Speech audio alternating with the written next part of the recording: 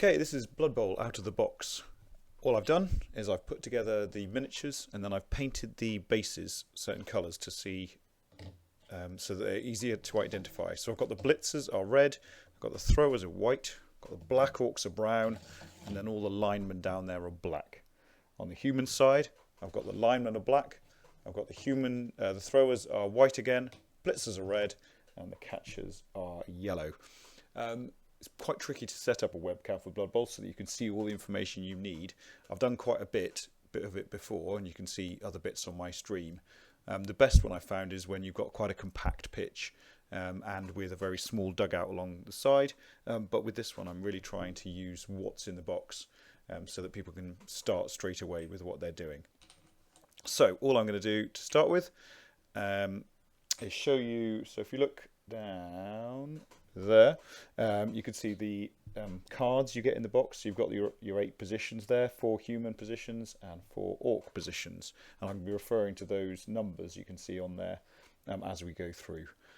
I'm doing this because I'm a member of the NAF, which is the Global Blood Bowl Players Organisation, and we exist to sort of try and get people playing more Blood Bowl. So if you like what you see and you want Blood Bowl to be supported as much as possible by the community, then do head over to the naf.net. You can see an advert in the bottom left as well. So I've been playing Blood Bowl for about 25 years. I've played lots and lots of games. And I was a referee at the 900-person World Cup that took place in 2016. So I know the rules. No, it didn't. It took place in 2015. So I know the rules pretty well, and I'm also a teacher, so hopefully I can explain things adequately as we go through. Having said that, I have lost one of the dice, so I'm going to have to find that just now. We have all the dice. Okay, cool. So I'm going to be using...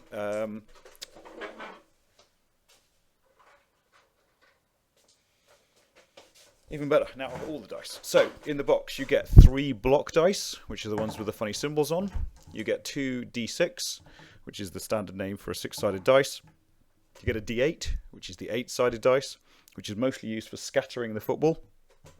And I've got a D16, which is used for choosing a random player. Mostly you don't use the D16 during the game. There are 1 or 2 occasions when you will, but mostly it's left for post-game. Just getting a ball as well. Right, so you've cut out all your figures, you've stuck them all together, not using very much glue because the figures are pretty cool that way. And then you're sitting down opposite someone. I'm not sitting down opposite someone because it's just me.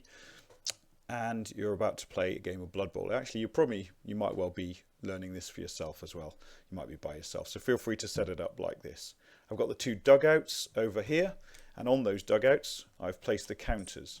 So I'm going to pretend we've got 3 rerolls, which is the reroll track there. This is the turn counter for each team.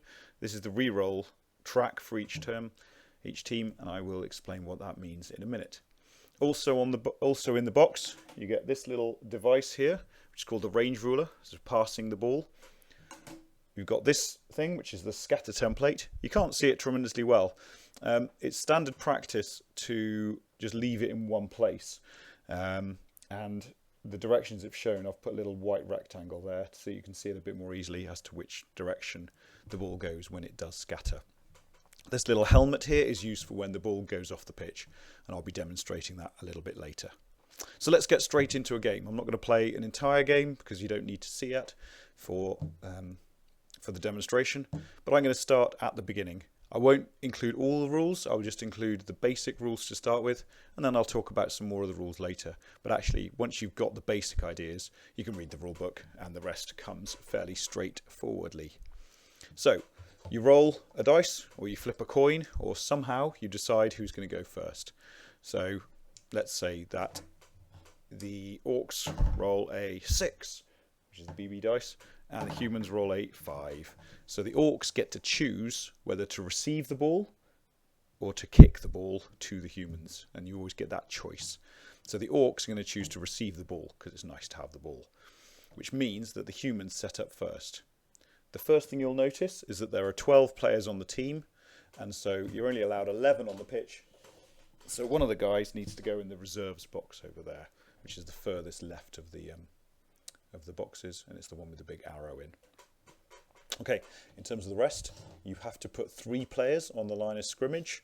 Now the line of scrimmage is the 7 square section in the middle of the board, and you have to have 3 players on there. It's normally not a good idea to have any more than 3 on there, because basically anyone on the line of scrimmage is going to get punched, and you only want to get 3 guys punched on your first turn. Other than that, you need to have 2. Well, you can have a maximum of 2 in each of the wide zones, and everyone else needs to be in the middle. So I'm going to put a couple of linemen in the wide zones as well. I'm going to put a thrower back there, a blitzer there, blitzer there. This is fairly random to start with actually. And then a couple of catchers down there. Most players set up symmetrically. You don't have to, there's absolutely no obligation. So that's the human setup, which hopefully you can see reasonably well. The yellow is on the catchers, can't see that tremendously well on the green. But overall I used the grass side rather than the orc side, the orky sort of brown muddy side, because I think it does show up a bit better. You can see these black markings, those are the squares. Okay, so now the orcs get to receive the ball and they get the first turn, so it's quite a big advantage having the first turn, although there are tactical reasons why you might choose to kick rather than receiving. We'll go into those a bit later. So the orcs know that they're going to get the first hit, so I'm going to pop a couple of blitzers on the line there. I'm going to pop a couple of linemen in there. I'm going to have a thrower back to pick up the ball. Again, I'm putting a lineman in the reserves because you're only allowed 11 on the pitch. I've got some Black Orcs there who are a bit stronger. And let's have both throwers back. And let's have some linemen out here to protect the sides. Again, remembering you're only allowed 2 in the wide zones. And let's have another lineman in there. So the 2 orcs have set up big. They've got 7 on the line. Okay. And then the humans get to decide where to kick the ball to. Probably a good idea to kick it into the middle of the pitch, because the first thing you do is you scatter the ball. So the humans are kicking the ball, so one of these guys is kicking the ball and they want to kick it to there, but we see where it ends up.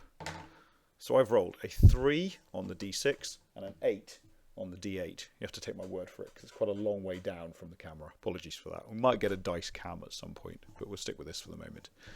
So it's going 3 in direction 8. What you can see from the scatter template is direction 8 is in this direction.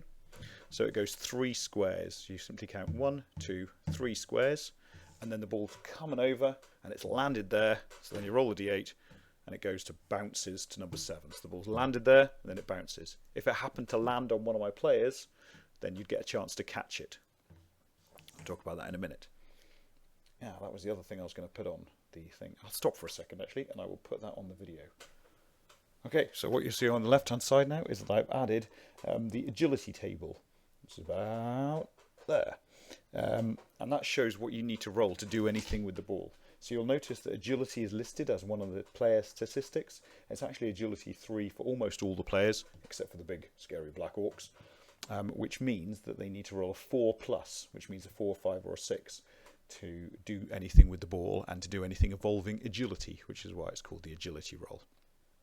Okay, so time for our first so really important. So the ball has just landed. Now it's Orc's first turn. So you move the turn counter 1 along. Okay, now it's time for the Orcs to do some blocking. We compare the strength. Okay, so a blitzer has got strength 3 and he's hitting a lineman who's also got strength 3. So normally when you hit one player against another, you just roll 1 block dice and see what happens. But luckily for this blitzer, he's got a couple of helpers, and each helper increases his strength by 1. It's called an assist. So he's got strength 4, 5. So he's stronger than the human now because he's got 2 helpers. So you roll 2 dice and you get to choose the result. Now he's rolled 2 that are the same, and that arrow means that there's a push result, and so he gets to push the player backwards, and he can follow up into that square. So it's worth talking about the block dice at this point. The skull means that you fall down if you roll it. The arrow means you push the person back. The big star that's just by itself means you push the other person back and you knock them over. Okay, they're the 3 simple ones. And then you've got the two more complicated ones. You've got the exclamation mark, which means you push them over unless they've got dodge. Now, the only starting player you've got in the box that comes with dodge is the human catcher. But other people can come with it, other races, and lots of players can get it as well. And then the final one is the one that's got the skull and the pow on it, and that means both players fall over unless you've got the block skill. If you've got the block skill and you're being hit or hitting, then it means you don't fall over. Okay, and we'll look at those results as we go through. So that was the first hit from the blitzer, and I pushed him backwards to there. You always push back into a choice of 3 squares. So you either push them straight back into 3 squares. This time I pushed him diagonally. He's just fallen over. So I pushed him diagonally from there into that square, and then I followed up into his square. Okay. Now, this human is still next to these guys. So what I'm going to do now is move this person. So the blitzer took what's called a block action. That's one of the actions you're allowed. The orc is allowed to take a move action. You can do as many of these a turn as you like. So each player can take 1 action. The blitzer took a block action. Now the orc is taking a move action. He moved into there. He moved into there to assist the block a bit more. Because now the black orc is going to make a block. The one with the brown base on my screen. He's got strength 4. He's got 1 helper to give him strength 5, strength 6, strength 7. So now I'm more than twice as strong as the human. That means I get to roll 3 block dice and choose the result. So I roll those 3 block dice. I've got a skull. This is a really rubbish roll. And I've got a skull pow, which is a both down unless I've got block. Sadly for me, if you look at the stats, the black orc hasn't got block. And so now this is an excellent early opportunity to use a re-roll. Now, I've got 3 re-rolls for the entire half. Half lasts for 8 turns. So I'm going to use one of these re-rolls, and that means I get to roll the dice again. You're only allowed to re-roll a dice roll once, and you're only allowed to use a team re-roll once per turn. There are some other skills that allow you to re-roll an individual dice roll of a particular kind, but you're only allowed to re-roll a dice roll once. So I'm going to re-roll that one because I didn't want to fall over. And this time it's much better, so I got a pow. So I knock him down, and I follow up. Now, why didn't I want to fall over? It wouldn't necessarily have hurt me to fall over, but there's a massive rule in Blood Bowl called the turnover. And that means that if something goes wrong on your turn, and there's 8 different ways that this can happen, or 7 possibly, it means that your turn ends immediately. And you want to avoid that because you haven't done everything you want to do. So, my black orc has knocked him over. Now I'm going to do what's called an armor roll. When you knock someone over, you roll 2 dice and you try and roll higher than the armor. This human lineman has got armor value of 8. That's the 4th statistic on the card. So I roll the dice. I've got 8. 8 is not higher than 8. Nice bit of maths there. And so he's not hurt. Okay, this chap here is going to take a move action. He's going to move over there to stop the other lineman running through. Let's do some more hitting, because hitting is fun. So this blitzer is going to hit the lineman, and he's got an extra helper, so he rolls a pow, knocks him over. I'm going to push him back to there this time. Armor roll, roll a 6. 6 is not higher than 8, so he's not hurt. This lineman is going to hit the lineman there. He's got a helper, so he makes him stronger. Got a push this time. I could have chosen the both down, but I haven't got block, so I don't want to do that. And now the black orc has got strength 4, 5, 6, 7, so he gets 3 dice against the lineman. And he got a pow. So he's going to knock him over there, and he's going to follow up into his square. Okay, whenever you block someone, you can follow up into their square. They get pushed back, they get knocked over, and then you can follow up. Armor roll. Let's cheat a bit. Let's say that was a 10. So he has broken his armor, and now, because you've broken their armor, you roll an injury roll, and that was an 11. That means that this guy leaves the pitch and goes into the dead and injured box. It's the one with the 10 to 12 marked on the dugout. Okay, so that's all my blocks done, because all of those players are standing next to the ball. Everyone who's standing next to a player has done their job. Now, I've got a special action left, which is called a Blitz Action. You're only allowed 1 Blitz Action per turn, and it's where you move and then hit someone, or you hit someone then move, or you move then you hit then you move again. But basically the only combination you've got that's a combination of moving and hitting is called the blitz action. Blitzers are particularly good at blitzing, that's why they're called blitzers, but any player is allowed to blitz. So before I blitz, if this guy just went and hit him, they would have the same strength 3, so I would just roll 1 dice. I don't want to do that. I want to move this guy in. 1, 2, 3, 4. He's allowed to move 4 squares because he's got a move of 5. That's the first stat on the card. And now he's assisting. So this guy's going to move in and do the blitz action. You have to declare what action you're going to do before you roll any dice, before you start moving the player. So I've said he's going to take a blitz action. I move him to there, and then I hit. I pushed him backwards. I'm going to choose to push him to there. He's moved 1, 2 squares. It takes 1 square of movement to hit, so that's 3, and then it goes 4, 5 to there. So he's moved all 5. Now I'll notice I haven't picked up the ball yet. Sometimes it's a good idea to protect the ball early, but the ball is very nice and deep. So all I'm going to do is move this thrower closer. 1, 2, 3, 4, 5. No particular reason to do that. It's just, to keep the other guy company. And then this one is going to move. He's going to do a move action. Picking up the ball isn't an action in its own right. It's just something that happens while you're doing other stuff. So he goes 1, 2, 3, 4. So this is the first roll that needs agility. So we compare the agility table. He's got agility 3. That means he needs a 4+. But because it's a pickup, he gets an extra 1 on that dice roll. So he needs a 3+. I rolled a 6. He's got the ball. If I'd failed that, I remember I'd already used my team reroll, but I could have used sure hands to give an individual reroll on that dice roll. You can carry on moving. He started there, I think. 1, 2, 3, 4. He's got 1 square of movement left, so he moves 5. Now, a bit tricky to see from up there, but what I've been doing as I moved all my players, after they'd taken their action, I've turned them round to face me, and that makes it a lot easier to remember who's been and who hasn't been. Okay, so fairly successful turn from the Orcs. They've got the ball, they've removed 1 player from the pitch, one of the humans, and they've made a nice sort of screen, which makes it quite difficult for the humans to get through. And the ball is way back here, hasn't made much progress up the pitch, but we've got 8 turns to get to the end zone in the other half and score a touchdown. So it's the humans go now. And I have to do a bit of reaching.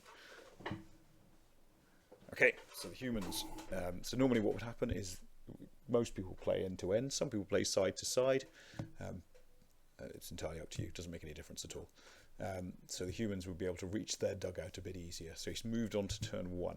And that's the first thing you have to do as part of your go, because it's quite important to keep a track of which turn it is. So just remind the other person. There is a rule called legal procedure, but it's one of the optional rules in the rulebook, and no tournaments and very few leagues enforce it. So first thing I'm going to do as a human, I'm going to stand up my players. Okay. Now, standing up a player takes 3 squares of movement, and you can do it as part of any other action, but sometimes you'll just want to stand those players up. Right, now, the people I really want to blitz with are my blitzers, because they're good at it. So I'm going to move that guy into there. He's a lineman. That was a move action. And he's just moved to there. Excuse me. He's just moved to there because so I'm going to assist. He's going to assist with the block. So here comes my blitzer. Now I'm going to move in slightly a strange way. I'm going to move backwards. He's going to declare a blitz action, and I'm going to move backwards rather than forwards, because if I move to there, when I move through his tackle zone, I would have to dodge, and I don't want to do that because that would be an agility roll. Whenever you leave someone's tackle zone, you have to dodge, and I'll demonstrate that again in a minute. But let's do the blitz first because that's fun. So this guy here is just going to go 1, 2, 3, 4, 5, and he's declared a blitz action. So now he's going to hit this lineman here. Blitzers have got strength 3. I've got a helper to give me strength 4, and we're hitting this guy who's got strength 3. So that gives me 2 dice. Now you might think that this guy can assist in the block as well, because he's adjacent to the guy doing the block. So the block is part of the blitz. Now he can't assist because he's in this guy's tackle zone. Now a tackle zone is 8 squares around each player. It's basically the 8 squares adjacent to each player. and it's like a sphere of influence. It's the squares that they can affect. So he can't assist because he's in the lineman's tackle zone. So I roll 2 dice, and I've rolled double skulls, which is one of the worst rolls in Blood Bowl. So immediately that would make me fall over, and then I would have a turnover. And actually, that might be quite fun. So the humans are going to conserve their rerolls. He's going to choose not to use a reroll, and he's going to fall over. And that means that the orcs get to roll his armour, and he doesn't break the armour, but it is a turnover for the humans. So now it's the orcs' turn 2. I'm on the orcs' side really in this game because I can reach them a bit better. So he's going to turn around, and I'm going to face them all to the front. Now it's the orcs' turn 2. I've moved it onto the second turn marker, and this time I'm going to start with some move actions. So I'm going to go 1, 2, 3, 4, like that. I'm going to turn him round. 1, 2, 3, 4, 5. 1, 2, 3, 4. 1, 2, 3, 4. These are all move actions. 1, 2, 3, 4, like that. So now I've made what's called a cage in the middle of the pitch. It's called a cage because it looks like a cage protecting the ball carrier, and it makes it difficult to get to the ball carrier. So I've caged up, and now I'm going to do some hitting. Let's start with hitting using this lineman to hit this lineman. With the helper, gives me 2 dice. I've powed him over. I've rolled a defender falls over. I can't remember what it's called in the rule book, but it's called a pow everywhere. So the open star is called a pow. Knocked him back. I've chosen not to follow up for a reason that will become clear in a minute. I rolled a 5. He's not broken the armour. I'm now going to do a blitz action. I'm going to use the blitzer for it. 1, 2, 3. He's going to hit this guy, and I rolled them both down. Now I'm going to lie a bit because I want to, so I'm going to change that into a push. So I've got both down and a push. Now the both down would mean that he falls over and I don't fall over because I've got the block skill. He's going to notice the red base means that he's a blitzer, which means he doesn't fall over if you've got the block skill. But I'm going to choose the push because what I can do then is follow up to there, and then the lineman can do something pretty sneaky, which is to push this player off the pitch. So he's got a block action there. Remember, you only get 1 blitz action per turn. So now he blocks it. He rolled a double skulls, which is pretty rubbish. So he's going to use another one of his rerolls. He's running out of rerolls pretty quickly. All he wants is a push, and he's got a push.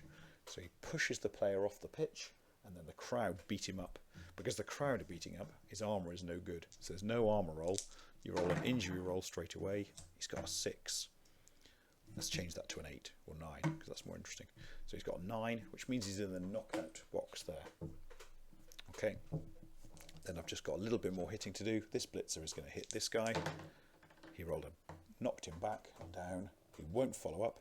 The reason he hasn't followed up is because he doesn't want to stand next to the blitzer, because that would end up with him getting hurt next turn.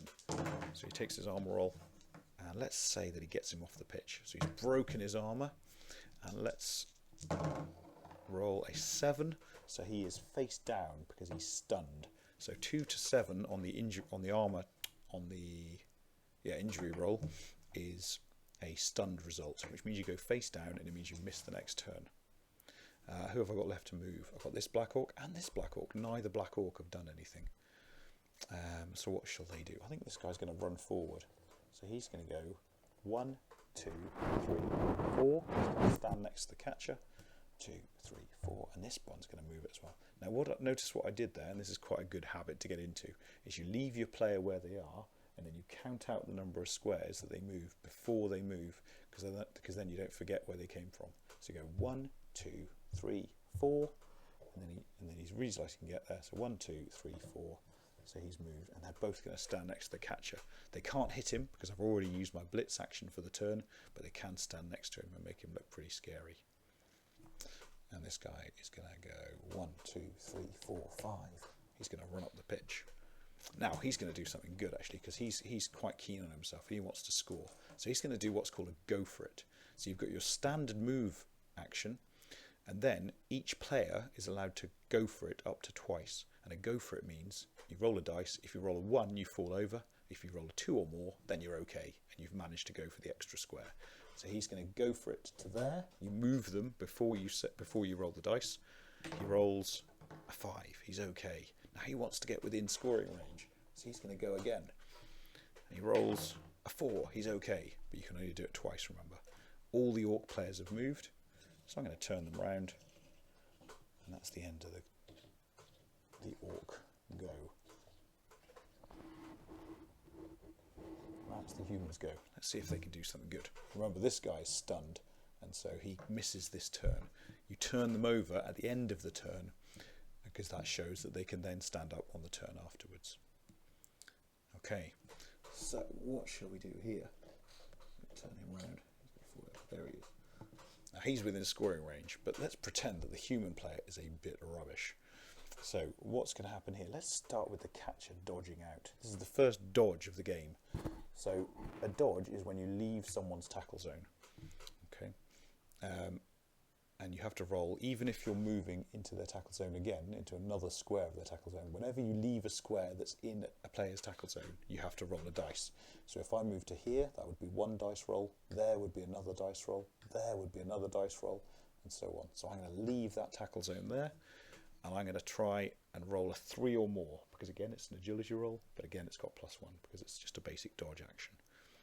So I roll a 4. Now let's pretend that was a 2. I could use a team reroll, but actually catchers have got the dodge skill, which means he can re-roll that, and he gets a 3, and he's okay. But he's still a bit stuck, so he's just going to stay there because he doesn't want to do any more dodging. All right, what should we do now? Let's blitz. So let's just do a 1 dice blitz. Okay, this is a bad idea generally. Part of the strategy of the game is trying to get 2 dice blocks and 2 dice blitzes whenever you can, because it increases the odds of something good happening by quite a lot. So he rolls a 1 dice, and he rolled a both down. Now both of these players are blitzers. They've both got block, and so nothing happens at all. So that was the blitz. He moved 1 square for the hit. Now he's going to try and dodge away. Again, he's got agility 3, so it's a 3+ to dodge. He rolled a 6, so he's okay. And actually, because of speed, I'm going to leave that turn there. Notice the humans have stayed down, these linemen. You're allowed to do that, and it can be a good idea sometimes because it means you don't get hit again. You don't have to stand up on your turn. Then I roll over the lineman who was stunned last turn, and that shows that he can get up next time. Now, one thing I forgot to do, because I was going quite quickly, was move the turn marker. I'm sure my opponent would have reminded me if I'd forgotten to do that. Now the orc's turn again. Turn 3. Now I'm going to try and score this turn, and because I'm making up the dice rolls, I'm probably going to be able to. So in order to score, this thrower is going to get the ball to that guy over there. And the way he's going to do that is he's going to throw the ball. He's going to pass it. Now any player is allowed to pass the ball. Throwers are just particularly good at it.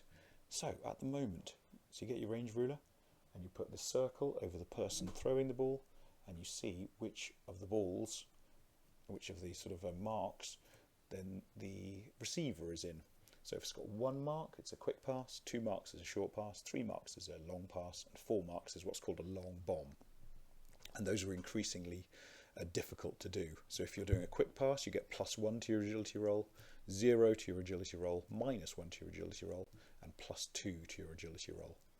So at the moment it's a long bomb. So that would mean he would have to roll a 6 to get an accurate pass. So I want to get a bit closer.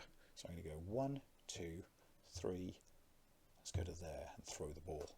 So I declare a pass action. I go 1, 2, 3, 4, and I'm going to pass the ball. Now, passing is a bit of a strange one in that you get an interception roll. The interception roll happens before you roll to see if if it's accurate or not. So this guy gets an agility roll with -2. You could tell if someone can get an interception because they are under the range ruler. He's under the range ruler, so he gets an interception. He rolled a 1, so he doesn't intercept it. Nothing bad happens, he just failed to intercept it. So now the orc's a bit closer, but it's still a long pass. Okay, so that's between short pass and long pass, and you go to the longer one. So that's a long pass to do that. So that's a -1, so he needs to roll a 5 or more. He would normally need a 4 or more, but it's -1 for a long pass, so it's 5 or more. He rolls a 6. If he'd failed to do that, he's got the pass action. So that would have been, he would have been allowed to re-roll that without using a team re-roll. So he throws the ball. The ball is now in the air and he needs to roll to catch it. It was an accurate pass, so he needs to roll a 3 or more to catch it. He rolled a 6 as well, so he's caught the ball. Now he's going to run down the pitch. I'm going to use the range ruler to move him. So let's see how far he can move. 1, 2, 3, 4, 5. He can't quite make it because he's only got move 5, but luckily he can go for it. So he rolls. Go for it. He rolled a 1. Happens a lot over the line, more than you might think. Probability says not very often, but he rolled a 1 over the line. Luckily, I've got a re-roll left. He rolled a 3, so that's a touchdown to the Orcs. Now you use one of your markers. I think there's some nice hands in there for this purpose actually. You move your score marker to 1, and then you set the game up again. Before you set the game up again, you roll a dice, because this guy here was knocked out. And he needs to roll a 4 or more to come and play again. He rolled a 6, and so he's allowed to play again, and that means he can go onto the pitch. This guy is out for the whole game, so he's not coming back for the whole game. But the humans have still got 11 players to play with, and that's okay. So what you would do now is the Orcs would set up, and the humans would have 6 turns to try and score back until half time. But the Orcs have managed to go 1-0 up, and that's probably enough for this video. So that's the starting position. We've looked at blitzing, which is where you move and hit someone. We've looked at passing the ball, and when you pass it, you're only allowed to do that once per turn as well. So you can throw, you move, and then you can throw the ball. We've looked at blocking, which is massive. We looked at the importance of 2 dice blocks, which is if you want to get good at the game, those are what you need. We've looked at moving, we've looked at pushing someone off the pitch, which is a great tactic, because basically the fewer players your opponent has on the pitch, the better. We haven't used this one yet because the ball happened not to go off the pitch. We'll return to that one another time, but we've covered pretty much the basics, and hopefully that wasn't too quick and there's a few reminders in there, but there'll probably be another video at some point. So thanks for watching.